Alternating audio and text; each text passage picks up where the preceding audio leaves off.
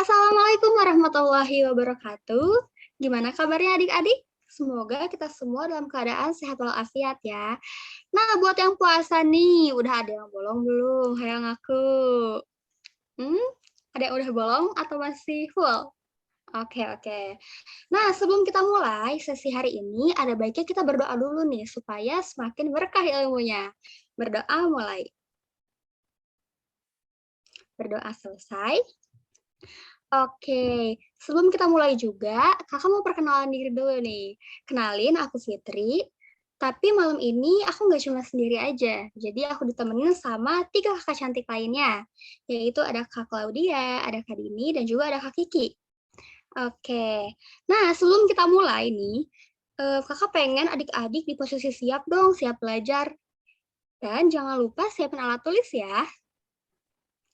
Selanjutnya, bakal kita langsung aja membahas tentang materi esai yang bakal dibahas sama Kak Kiki.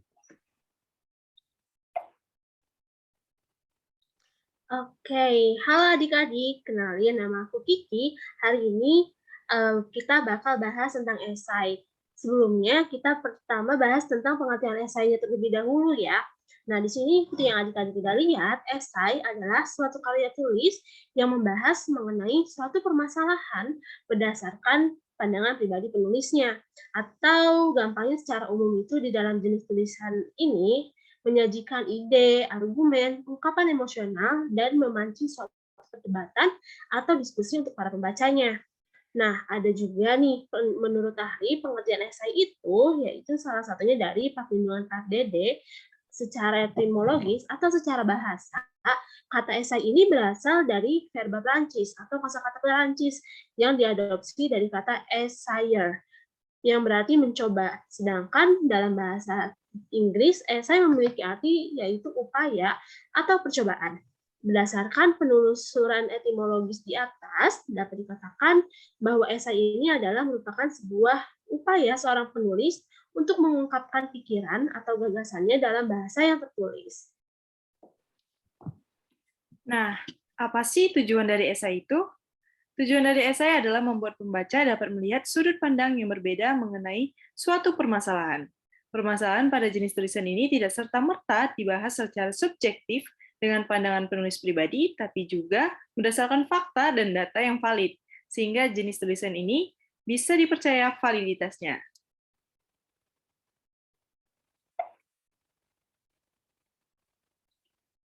Nah, untuk struktur esai ada 4. Yang pertama, yaitu pendahuluan.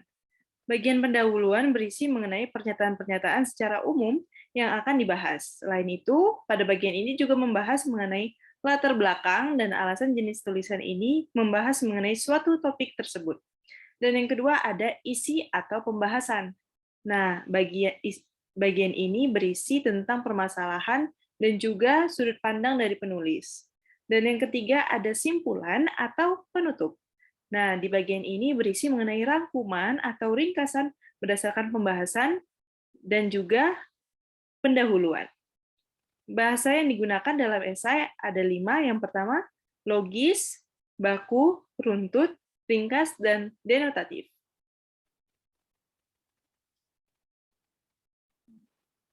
Nah, selanjutnya ada langkah-langkah pembuatan esai nih. Ada 6 langkah. Yang pertama itu menentukan tema atau topik dari esai tersebut.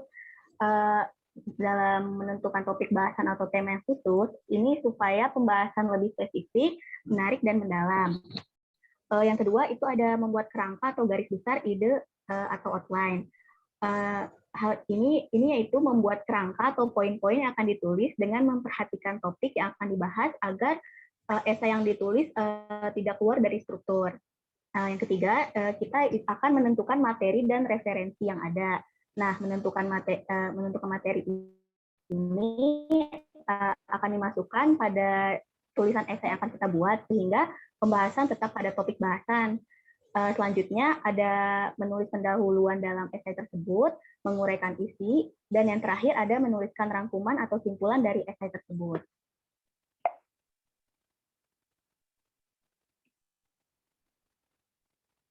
Nah, di sini ada contoh esai nih, aku bacain ya. Nama saya Kira Ramadhani, lahir di Majalengka 29 Juni 1998. Saya adalah anak bungsu dari 2 bersaudara.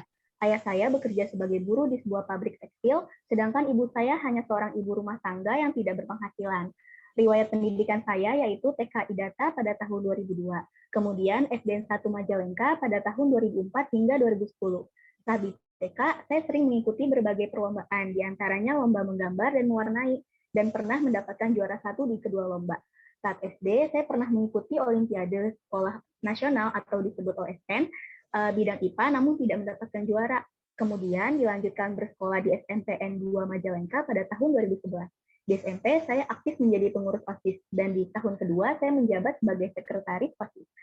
SMA, saya di SMA N3 Majalengka tahun 2014. Next. Nah, di SMA saya aktif di ekstrakurikuler jurnalistik dan menjabat sebagai ketua eskul jurnalistik di tahun terakhir saya. Kesukaan saya terhadap organisasi membuat saya tidak merasakan capeknya organisasi. Saya menikmati seluruh kegiatan saya ini, apalagi saat saya menjadi ketua jurnalistik. Berkutat dengan berita, topik hangat, serta koran-koran setiap minggunya tidak menyurutkan semangat saya untuk terus berkarya dan berorganisasi. Selain itu, menurut saya berorganisasi juga mengajarkan saya untuk bisa memanajemen waktu dan membuat skala prioritas, yang mana yang harus saya kerjakan terlebih dahulu karena tingkat kegentingannya lebih tinggi dan harus dikerjakan lebih cepat. Dan yang mana yang bisa saya kerjakan beberapa hari yang akan datang karena tidak terlalu genting dan juga tidak mendesak. Hal lain yang saya dapatkan dari organisasi adalah mendapatkan teman dari luar, baik luar sekolah maupun luar kelas. Sebelum ikut organisasi, saya bukan orang yang aktif. Saya hanyalah siswa pendiam yang kerjanya cuma belajar. Bercengkrama dengan teman kelas pun jarang, apalagi untuk bersapa dengan teman dari kelas lain. Untungnya, semakin banyak mengikuti organisasi, cara pikir saya semakin berubah. Pemilihan skala prioritas pun sudah dengan gampang saya lakukan. Manajemen waktu antara sekolah dan organisasi pun tidak membuat saya pusing 7 keliling. Nilai saya pun di atas rata-rata, saya juga mendapatkan peringkat 3 besar di kelas. Nah, tadi kan udah dapet contohnya nih adik-adik. Sekarang kakak pengen ngasih tugas, yaitu buat esai yang bertemakan kebersihan lingkungan. Tapi ada teknis pengerjaannya.